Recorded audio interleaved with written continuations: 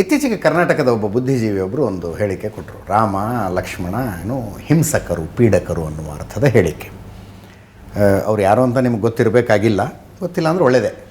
But ಅವ್ರು ಹಿಂದೊಂದು ಸಲ ನನ್ನ ಡಿಬೇಟ್ನಲ್ಲಿ ವಾದ ಮಾಡುವಾಗ ಭಗವದ್ಗೀತೆ ಹಿಂಸೆಗೆ ಪ್ರಚೋದನೆ ಕೊಡುವಂಥ ಪಠ್ಯ ಅಂತಂದರು.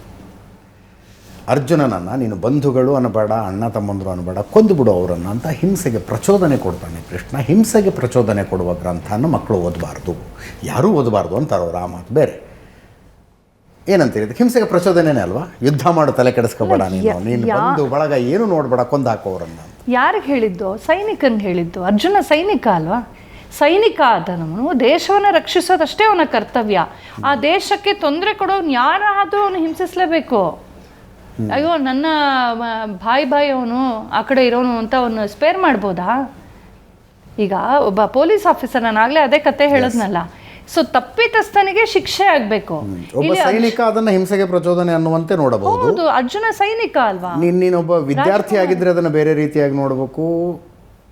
ಇಲ್ಲ, ನಾನು ಹೇಳೋದು ಕರ್ತವ್ಯದ ವಿಚಾರ ಬಂದಾಗ ನೀನು ನನ್ನವರು ಬೇರೆಯವರು ಅಂತ ನೋಡಬಾರ್ದು. ತಪ್ಪು ಮಾಡಿದವ್ರಿಗೆ ಶಿಕ್ಷೆ ಆಗಬೇಕು ಅಷ್ಟೇ, ಆಯ್ತಾ? ಸೊ ತಪ್ಪು ಮಾಡಿದವ್ರು ನನ್ನವನು ಅಂತ ಸ್ಪೇರ್ ಮಾಡಬೇಡ ಅಂತ ಹೇಳೋದು. ನೀನು ಯುದ್ಧ ಮಾಡು ಅಂತ ಪ್ರಚೋದಿಸಿದ್ದಲ್ಲ, ಧರ್ಮವನ್ನು ಉಳಿಸು ಅಂತ ಪ್ರಚೋದಿಸಿದ್ದು. ಧರ್ಮವನ್ನು ಉಳಿಸೋದಕ್ಕೆ ಸಾಮವಾಯಿತು, ಭೇದವಾಯಿತು, ದಾನವಾಯಿತು, ಈಗ ದಂಡೋಪಾಯ ಒಂದೇ ಉಳಿದಿದ್ದು. ಎಲ್ಲ ನೆಗೋಸಿಯೇಷನ್ಸು ಆಯಿತು. ನಮ್ಮ ಕಡೆಯಿಂದ ಪಾಕಿಸ್ತಾನ ಜೊತೆ ಎಷ್ಟೊಂದು ಆಗಲಿಲ್ವಾ? ಅವ್ರು ಅಂಡರ್ ಟೇಬಲ್ ಮಾಡ್ತಾನೆ ಇದ್ರು, ನಾವು ಟೇಬಲ್ ಮೇಲೆ ಹೇಳ್ತಾನೆ ಇದ್ವಿ, ಇವ್ರು ಕೆಳಗೆ ಮಾಡ್ತಾನೆ ಇದ್ರು. ಕೊನೆಗೆ ಸರ್ಜಿಕಲ್ ಸ್ಟ್ರೈಕ್ ಮಾಡಬೇಕಾಗಿ ಬಂತು. ಶಠೇ ಶಾಠ್ಯಂ ಪ್ರಯೋಕ್ತವ್ಯಂ ಅಂತ. ಅಂದರೆ ತುಂಬ ಹಠಮಾರಿಗಳಿಗೆ ಅವ್ರಿಗೆ ಹೇಗೆ ಬೇಕೋ ಪಿಶಾಚಿನಾಂ ಪೈಶಾಚಿ ಭಾಷಾ ಅಂತ ಅವ್ರಿಗೆ ಅದೇ ಭಾಷೆಯಲ್ಲಿ ಹೇಳಬೇಕಾಗತ್ತೆ. ಎಲ್ಲ ಉಪಾಯಗಳು ನಿಷ್ಫಲವಾದ ಮೇಲೆ ಯುದ್ಧ ನಿರ್ಣಯ ಆಗಿತ್ತು. ಈಗ ಅವರನ್ನು ಬಿಟ್ಕೊಟ್ರೆ ದ್ರೌಪದಿಗೆ ನ್ಯಾಯ ಸಿಕ್ಕಲ್ಲ, ಪಾಂಡವರಿಗೆ ನ್ಯಾಯ ಸಿಕ್ಕಲ್ಲ, ಎಷ್ಟೋ ಜನರಿಗೆ ನ್ಯಾಯ ಸಿಕ್ಕೋದಿಲ್ಲ. ಈಗ ನಾವು ಟೆರರಿಸ್ಟ್ನ ಬಿಟ್ಬಿಟ್ರೆ, ನೋಡಪ್ಪ ಹಿಂಸಾಚಾರ, ಟೆರರಿಸ್ಟು ಪಾಪ ಅವನಿಗೂ ಹೆಂಡತಿ ಮಕ್ಕಳಿದ್ದಾರೆ, ಬಿಟ್ಬಿಡು ಅಂತ ಹೇಳಿಬಿಟ್ರೆ ಟೆರರಿಸ್ಟ್ಗೆ, ಸೈನಿಕ ಬಿಟ್ಕೊಟ್ರೆ ಅವ್ನು ಬಂದು 1000 ಜನನ ಸಾಯಿಸ್ತಾನೆ. ಒಬ್ಬನನ್ನು ಟೆರರಿಸ್ಟ್ನ ಹೊಡೆದು ಬೀಳಿಸಿದ್ರೆ 1000 ಜನ ಪ್ರಾಣ ಉಳಿಯತ್ತೆ. 1000 ಜನ ಪ್ರಾಣ ಉಳಿಸೋಕ್ಕೆ ಒಬ್ಬ ಸಾಯ್ಬೇಕಲ್ಲಿ. ಅದೇ ನಿಜವಾದ ಹಿಂಸೆ. ಅದು ನಿಜವಾದ ಹಿಂಸೆ. ಇದು ಈ ಥರ ಡೋಂಗಿಯ ಹಿಂಸೆ ಅಲ್ಲ.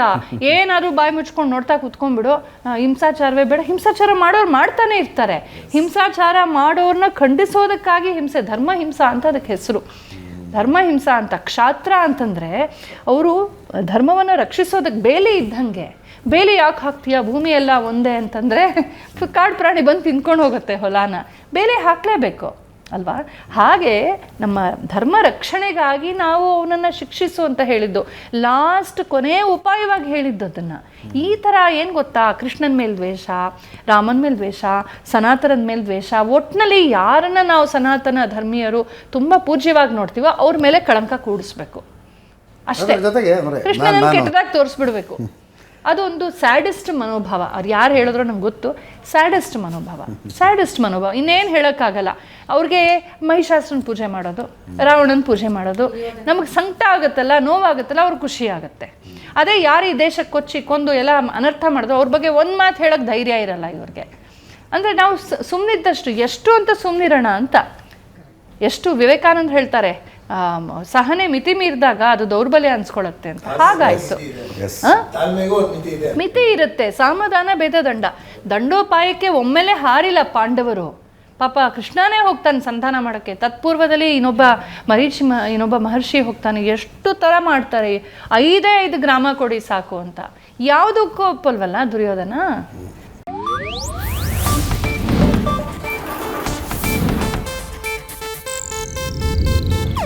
ಇದು ಏಷ್ಯಾನೆಟ್ ನ್ಯೂಸ್ ನೆಟ್ವರ್ಕ್ ಪ್ರಸ್ತುತಿ.